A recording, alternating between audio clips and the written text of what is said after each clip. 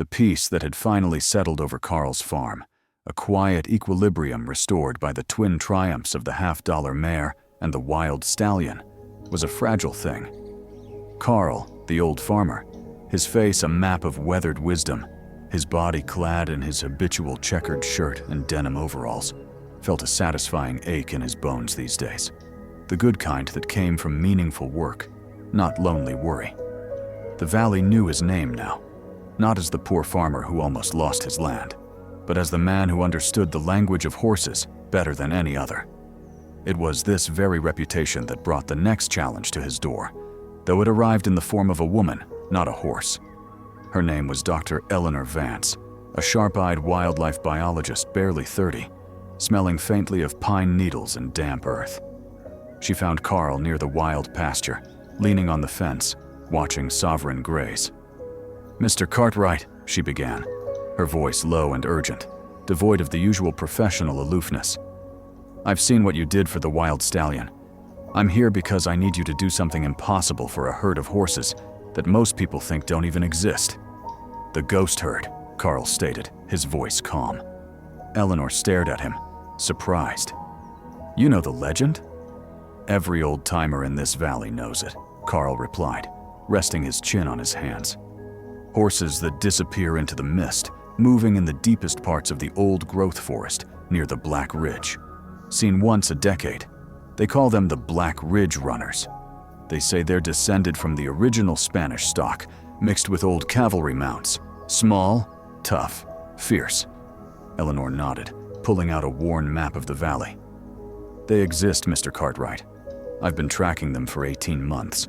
There are 12 of them, led by an incredible silver-dappled stallion, and their entire territory is about to be consumed by Omnicorp Mining and Logistics." She pointed to a vast, shaded area on the map. "Omnicorp just secured a 99-year lease for exploratory mining and logging. They start clearing this zone in 3 weeks. If those horses stay, they will be slaughtered by the machinery or chased onto the highway." Carl's easy posture evaporated. This wasn't about an old feud or a single horse's recovery. This was about the final stand of the wild spirit in the valley. "Why me, Dr. Vance? That's a biologist's job, or the state wildlife division." "The state says they're feral and a nuisance," Eleanor explained bitterly. "Omnicorp's lawyers dismissed my data as anecdotal. They need someone with a track record of miracles, Mr. Cartwright. Someone who can get close enough to that lead stallion to guide them or lead them out. Someone who can prove their unique bloodline is worth protecting. I can track them, but only you can speak their language." The weight of the task felt heavy, but Carl understood the calling. The ghost herd was a piece of the valley's history, running wild and free, and if he didn't intervene, that history would be buried under the tracks of a bulldozer. "Tell me about the stallion," Carl requested, already gathering his gloves. The leader of the ghost herd was known only in Eleanor's journals as Shade. He was a marvel, a compact, powerfully built stallion with a coat of charcoal dappled silver, moving with the silence and speed of a mountain lion. He was fiercely protective and had never allowed a human within 100 yards. Carl spent the next week with Eleanor, shadowing her movements, learning the horse's habits. He tracked the herd deep into the dense, silent forest, following nearly invisible trails. The horses were masters of camouflage, their colors blending seamlessly with the shadows and the mossy rock. Carl realized that his past victories had prepared him for this. Sovereign was about earning trust. The ghost herd was about earning acceptance. He wasn't dealing with a broken horse, but with an entire, unbroken family unit that viewed humans as predators. The first sighting was magical. High on a narrow, rocky ridge overlooking a clear stream, the herd's primary water source, the horses suddenly materialized. They were smaller than farm horses, with the dense manes and thick bones of mountain stock.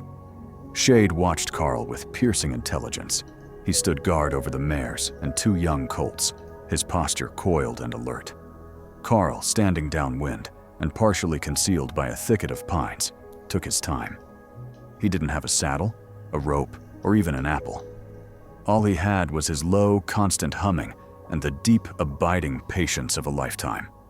He settled himself on a rock, seemingly ignoring them, but every nerve in his body was attuned to their movements. Carl spent 3 full days in silence, moving only for water, allowing the herd to observe his predictable, non-threatening presence. On the 3rd day, as the sun began to dip, Shade did something unprecedented. He led his herd down the ridge, closer to the human. He stopped directly across the stream from Carl. The confrontation was silent, primal. Carl looked Shade directly in the eye, not in challenge, but in acknowledgement. Carl understood. Shade was asking, "What do you want? And why are you not afraid?" Carl, in a single, deeply symbolic gesture, slowly took off his work gloves, revealing his scarred, calloused hands. He then reached into his pocket and pulled out a small handful of dried oats, not a bribe, but an offering of shared sustenance. He scattered the oats near the stream, then turned his back, returning to his humming. It was a profound invitation of peace. Shade watched him for a long moment, then slowly lowered his head to drink. It was not submission, but the fragile beginning of communication. Meanwhile, the threat from the outside world grew sharper. A large, garishly labeled Omnicorp surveyor truck rumbled down the access road, stopping abruptly near the boundary of the ghost herd's territory. Out stepped a heavy-set man in a crisp blue hard hat, Mr. Malcolm Rexford, Omnicorp's regional land manager. Rexford found Carl's old pickup parked down the track and immediately spotted Eleanor Vance near the periphery of the protected area, taking soil samples. "Dr. Vance," Rexford boomed, his voice grating and arrogant. "I thought I made it clear. No more sampling within our leased survey zone. This land is now designated for infrastructure expansion." Eleanor, weary but resolute, stood her ground. "I am documenting an active, unique wildlife population, Mr. Rexford, a herd of horses with potential heritage value. They are using this riparian zone." Rexford scoffed, looking at the dense, quiet forest. "Horses? You mean a few runaway nags? The environmental impact report cleared the area. We have 2 weeks until the heavy equipment arrives, and if your ghost herd doesn't clear out, they'll become mulch. You tell your old friend, the farmer, to keep his sentimental ideas about wildlife on his own property." The confrontation solidified the battle lines. It wasn't just Carl against a corporation. It was the quiet defense of history and nature against the crushing logic of profit. Carl knew that acceptance from Shade was only the first step. To save the herd, he would need to achieve the impossible, convince an entire family of wild horses to trust a human and follow him to safety. The fleeting moment of shared oats across the stream marked the end of observation and the beginning of action. With Omnicorp's bulldozers scheduled to roll in less than 3 weeks, Carl knew traditional capture or training was impossible. He wasn't dealing with a domestic animal. He was dealing with the raw, collective instinct of an established family unit. The entire herd had to be moved, and they had to choose to follow him. Carl's strategy was rooted in the ancient wisdom of horsemanship, leadership through stillness and resource provision. He began a ritualistic daily routine. He didn't carry ropes, halters, or whips. Instead, every morning, he would enter the periphery of the feeding meadow, not approaching the herd, but placing himself in a position of authority over their resources. He found the safest, clearest natural path out of the dense woods, a narrow, hidden game trail leading toward the national forest lands, and started clearing it of debris, making it the most obvious, easiest route. Dr. Eleanor Vance, initially skeptical of Carl's Zen-like approach, soon began to document the subtle shifts. Carl, in his checkered shirt and denim overalls, would spend hours sitting motionless near the stream. He started using his voice, not to command, but to narrate. He would talk about the weather, about Clara, about the need for rain, his low, rhythmic monologue acting as a constant, non-threatening presence in their acoustic environment. The mares, initially flinching, began to accept the low, predictable cadence of his voice as part of the natural background, akin to the hum of the wind. The true breakthrough came when Carl realized the herd's primary resource, their spring water source, was diminishing due to the drought. He used his old farm equipment to divert a trickle of a secondary untouched creek, ensuring a continuous, clean supply into their valley. This wasn't training, It was ecological aid. Shade, the silver stallion, observed the tireless human who provided life-giving water without asking anything in return. The horses started to associate Carl's presence not with danger, but with survival. One afternoon, Shade approached. Carl was sitting with his back to the stallion, humming his familiar tune. Shade nudged the old man's shoulder, a firm, tentative touch. Carl didn't flinch or look up immediately. He slowly reached out, his hand resting on the stallion's thick, winter-hardened neck. It was a connection built on weeks of patience. From that moment, Carl was, to the herd, not a threat, but a weather prediction. Predictable, reliable, and necessary for life. While Carl was earning the herd's trust, Eleanor was fighting the legal battle against Omnicorp. Malcolm Rexford, the company's regional manager, was ruthless. He successfully obtained an injunction blocking Eleanor's environmental filings, dismissing the horses as feral strays with no heritage value, and claiming the landrace documentation was fabricated. "We need irrefutable proof, Carl," Eleanor said, frustrated, reviewing the legal papers in Carl's dusty kitchen. "The horses need to be classified as a unique, historical breed to trigger the Federal Protection Act. Omnicorp claims they're just escaped farm animals." Carl knew the answer lay in the valley's history, not its current law. He remembered an old, crumbling ledger hidden in his attic, a family document detailing livestock purchases from 2 centuries ago. After hours of searching, he found the book. Tucked inside were hand-drawn sketches and detailed descriptions of the first horses brought into the valley by the pioneer Cartwrights. Small, tough, fast runners used for herding cattle and navigating the dense woods.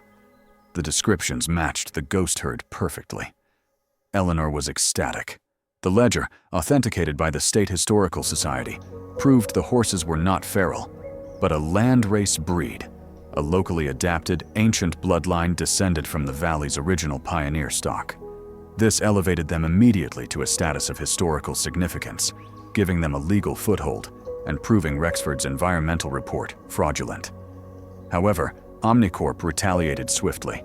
Rexford filed a motion claiming the horses posed a safety risk and an impediment to legal development. Using his political leverage, he secured a court order for the horses to be captured and quarantined at a remote state facility pending legal review, a process that would surely kill the horses through stress and separation from their family unit. The order was set to take effect in 4 days. 4 days, Carl," Eleanor whispered, her voice cracking. "We have to move them before the capture team arrives, but Omnicorp's surveillance is everywhere. They know we have to go through the bottleneck at the south end of the ridge." Carl knew that moving the herd was no longer about a quiet migration. It was a desperate, tactical retreat. He had to lead the ghost herd, without touching them, across nearly 5 miles of rugged terrain, all while evading human interception. Carl and Eleanor met with Sarah, Carl's pragmatic but loyal daughter, who arrived with a drone she used for her own remote crop analysis. "We need eyes in the sky," Carl stated simply. "Omnicorp has ground patrols, but they won't expect us to move at night." The plan was audacious, a night run. Carl would lead the movement using the same non-verbal, predictable signals he used with Sovereign, the silent cue. The final destination was a remote, untouched valley on the backside of the national forest, accessible only by the narrow, debris-filled game trail that Carl had been methodically clearing every morning. They would move the herd in the dead of night, using the dark as cover, guided only by the faint light of a crescent moon. Eleanor would use the drone to scout the path ahead, identifying and warning Carl of Omnicorp patrols. The mission relied entirely on Shade's complete, absolute faith in the old man in the overalls. Carl spent the final 2 days before the deadline walking near Shade, talking to him, explaining the gravity of the situation in his low, steady hum. He was preparing the silver stallion to lead his family on the most dangerous journey of their lives. The final hours leading up to the scheduled Omnicorp capture were a whirlwind of escalating tension and silent despair. The court order was clear, and the state's quarantine team was mobilizing. Carl and Eleanor knew their window of opportunity was rapidly closing. Omnicorp, sensing their impending legal loss due to the landrace breed documentation, accelerated their physical operations.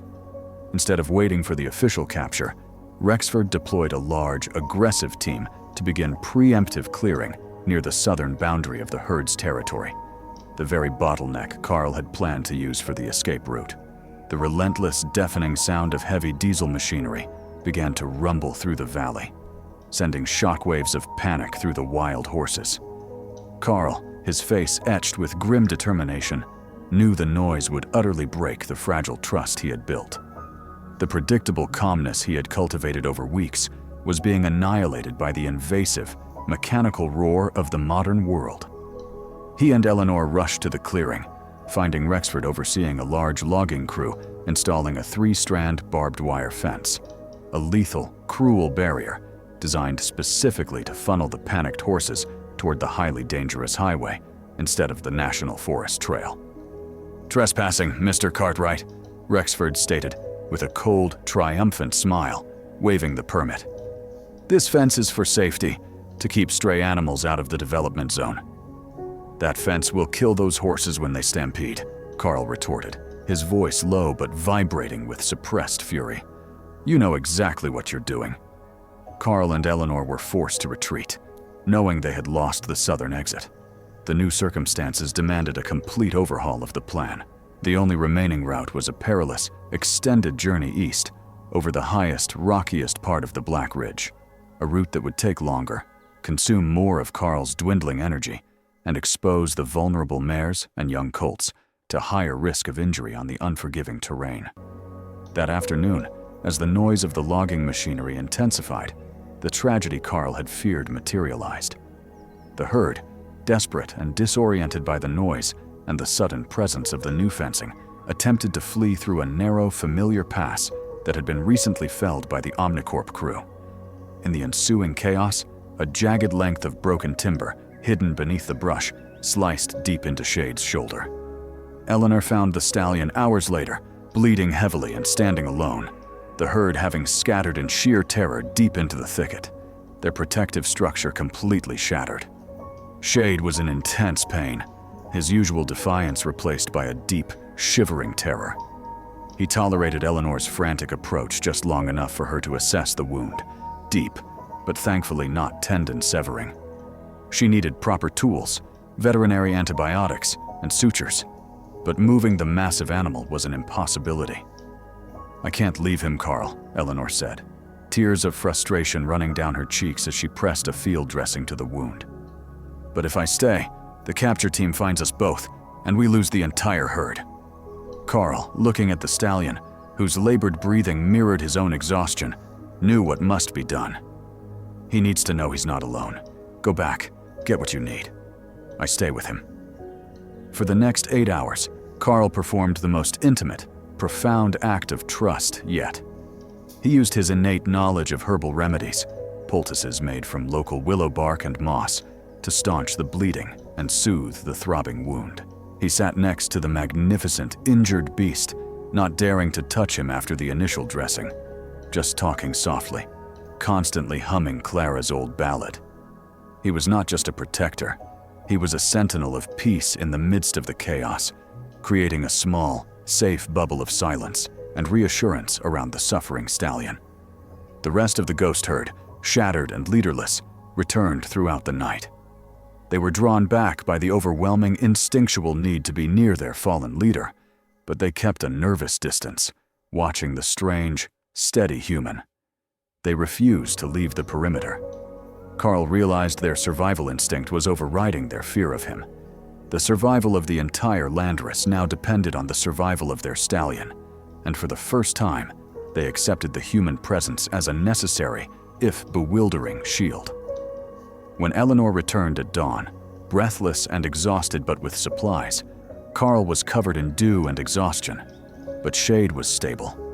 Using the antibiotics and Carl's steady hands to hold the stallion's head absolutely still, Eleanor meticulously cleaned and stitched the deep wound.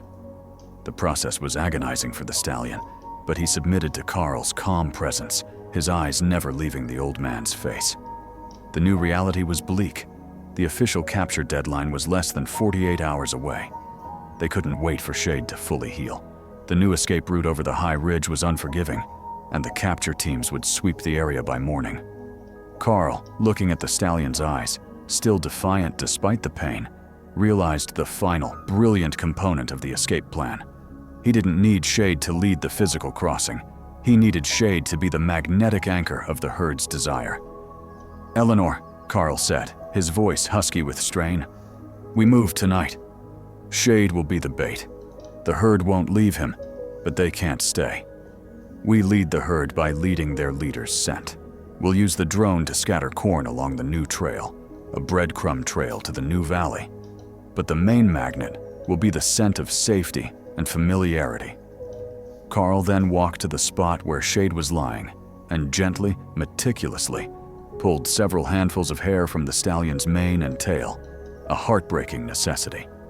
He placed the hair inside a canvas bag with dried oats and his own old work scarf, a piece of cloth saturated with his own familiar, calming scent from weeks of constant presence. The final high-risk plan solidified. Carl would walk the new, high-altitude trail alone, carrying the bag of hair and scents. He would create an irresistible, calming trail for the herd to follow, guided by their primal need to reunite with their injured leader and their newly learned trust in the old man's scent. Shade, still recovering and unable to move quickly, would be left temporarily in Eleanor's care, hidden as securely as possible near the ravaged territory. The ultimate, painful test of the herd's faith in Carl's promised return. The knowledge that he was leaving the most vulnerable horse behind was a crushing weight, but it was the only way to save the whole. Carl spent the rest of the day fortifying their small sanctuary, building camouflaged barriers, and mapping every step of the dangerous moonlit route in his mind. He knew this trek, the longest and hardest of his life, would determine if the ghost herd lived on as a proud legacy or vanished as a footnote in Omnicorp's financial report. The survival of the last wild bloodline of the valley rested on his 60-year-old legs, a bag of horsehair, and a promise. The final night of the ghost herd's existence in their ancestral home was cold, silent, and tense. The deadline for the capture team was 4 a.m. Carl had to complete the arduous 5-mile journey over the sheer, rocky ridge and reach the new valley by dawn. At midnight, Carl and Eleanor shared a final, somber moment near the injured Shade. The silver stallion looked at Carl, his eyes bright with pain and perhaps understanding. Carl spoke to him one last time, his hand resting lightly on the stallion's head. "Be still, old friend. We'll find your freedom. Wait for the sun." Then, Carl began his long walk. Clad in his checkered shirt and overalls, he moved like a phantom through the forest, a solitary figure carrying the bag of oats, mane hair, and hope. Eleanor stayed behind, her job to guard Shade and keep the frightened, scattered mares calm until the trail was established. Sarah, meanwhile, flew the small drone silently ahead, dropping faint kernels of corn as guidance and mapping the precise locations of Omnicorp's patrols. The ascent of the rocky ridge was brutal. Carl's 60-year-old body strained with the effort, the sharp rocks cutting through his worn boot soles. He moved slowly, deliberately, his pace measured not by speed, but by the need to leave a clear, unbroken scent trail. He would scatter oats, then gently brush the bag of Shade's hair against low-hanging branches and mossy rocks, creating a path that would scream, "Leader, safety," to the following herd. The first major hurdle was a high plateau where Omnicorp had placed a motion-activated surveillance camera. Sarah, using the drone, managed to blind the camera moments before Carl crossed the exposed rock face. He pushed on, his throat dry, his entire focus narrowed to the scent and the promise he had made to Shade. As Carl descended the eastern slope and entered the lush, hidden valley they had named Pioneer Sanctuary, the first signs of dawn began to paint the sky. He collapsed onto the soft, wet moss, the mission physically complete. He had laid the trail. Now, he had to wait. Back at the original site, Eleanor began the difficult work of moving the scattered mares. She could not force them, but she played the ultimate psychological card. She started walking the new trail, broadcasting a specific, recorded clip of Carl's low, constant humming through a small speaker on her pack, interspersed with the scent of Shade's mane. The wild horses, driven by the instinct to reunite with their leader and the familiar, calming sound of the safe human, began to follow the trail. The sound of the drone overhead and the scent of oats and their stallion's hair was an irresistible command. They moved as one unit, a living torrent of dark hides and powerful muscle, following the ghost scent path created by the old man they had learned to trust. As the sun fully crested the ridge, Carl was waiting in the pioneer sanctuary. He was alone, exhausted, but filled with tense anticipation. Suddenly, he heard the faint sound of crashing underbrush. Then, the ghost herd materialized from the shadows. The mares, the colts, and the young stallions poured into the valley, a torrent of life flooding the sanctuary. They stopped, taking in the clean, untouched air, the fresh water, and the immense open space. However, the legal war wasn't over. Rexford and the Omnicorp team, realizing the herd had vanished, tracked Carl's truck to the National Forest line. They arrived at the entrance to the Pioneer Sanctuary, just as Eleanor and a slightly limping Shade, led by Eleanor and driven by his own powerful instinct, made their final appearance. Rexford, his face contorted with rage, faced Carl. "You manipulated us. Those are feral animals. We will have them seized." But Eleanor was prepared. She had brought a team from the State Historical Society and a local reporter. As Rexford shouted, the reporter's camera flashed. Eleanor held up the ancient Cartwright ledger, side by side with her modern DNA analysis. "These are not feral strays, Mr. Rexford," Eleanor announced to the cameras. "They are the landrace landrunners, proven descendants of the valley's founding pioneer stock. They are a national treasure. And this valley, their new home, borders the national forest, giving them immediate protection." The public exposure and the irrefutable historical evidence were the final blow. Omnicorp's stock price plummeted. Rexford's injunction was overturned. The judge granted the horses permanent sanctuary and established the Pioneer Sanctuary as the Carl Cartwright Landrace Protection Zone, ensuring that the ghost herd would never be disturbed again. Carl watched the horses settle into their new, free home. Shade, limping but proud, nudged the old man's shoulder, a profound, silent thank you.